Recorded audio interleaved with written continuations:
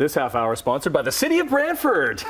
Really? We're sponsoring Our Mayor Week continues, and it's great to have Kevin Davis for his first appearance of the year. Mayor of Brantford, sporting that fine-looking jersey. Just had Very proud. GM of the Bulldogs, if you missed it, Matt Turek, chatting about the trade deadline and all the decisions that had to be made there.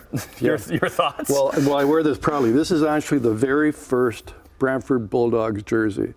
It was given to the mayor's office the night the council approved the agreement, and Michael Andelar presented it to us. Awesome. So, what's it been like to have the Bulldogs arrive in town?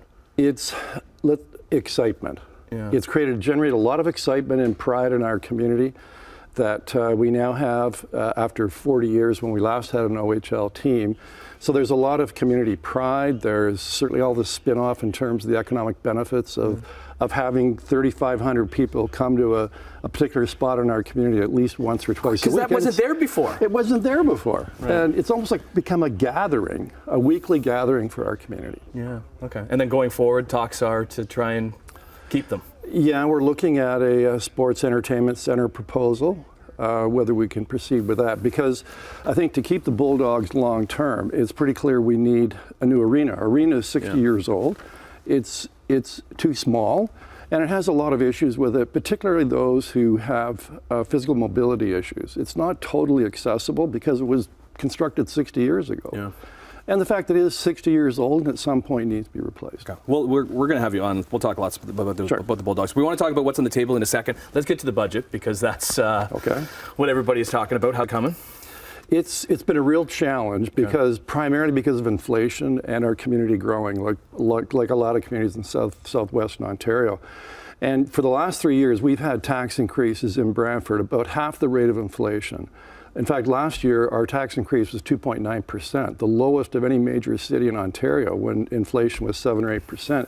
And we did that by, over the last 3 years, pretty much restructuring every single department in the city. But at some point, and we're now at that point, where there really aren't very many other opportunities to generate efficiencies through reorganization. So, and now inflation is really biting hard on our city operations, both in the capital, the cost of the projects we have to build, and also your operating costs. So it's a very difficult balancing act this year, taking into account inflation, the fact that residents want the services that we've been providing, in some cases more services. How do you choose? Because everybody would be coming from all different angles of wanting, and then how are you able to choose without increasing taxes so much? Yeah, well, you have to establish priorities, and our number one priority is housing.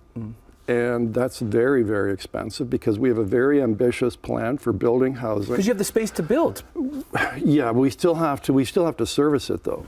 You know, we have land that's in the north end of our city that was brought in from the county of Brant, and it's going to cost over $500 million to properly service those lands with water and sewer and roads, and that's a major investment for our community over the next 10 years. Right.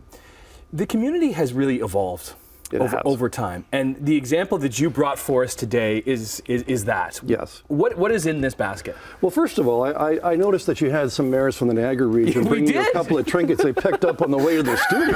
Well, you know, here in Brantford, we don't do anything by half measure. Yeah, right here. We don't. Right there, huh? Pierre Rocher. Okay, like that is just such a big part of the community. So, Tim, this represents how our community has changed because 30 years ago we built farm equipment. Right, Massey Ferguson. And our economy has changed completely. 25% of our local economy is food processing. All of this is locally produced. Everything here. Everything. And I got to tell you, Tim, food processing, it's really a very high-tech industry. What's this one? This is... Oh, there's a dill pickle. Yes, we have a distillery in Brantford. I've been there. Yes. I've been there, Man's Distillery. Yes. Great for Caesars. And so as a result, we have an economy that generates jobs. We have one of the lowest unemployment rates in Ontario.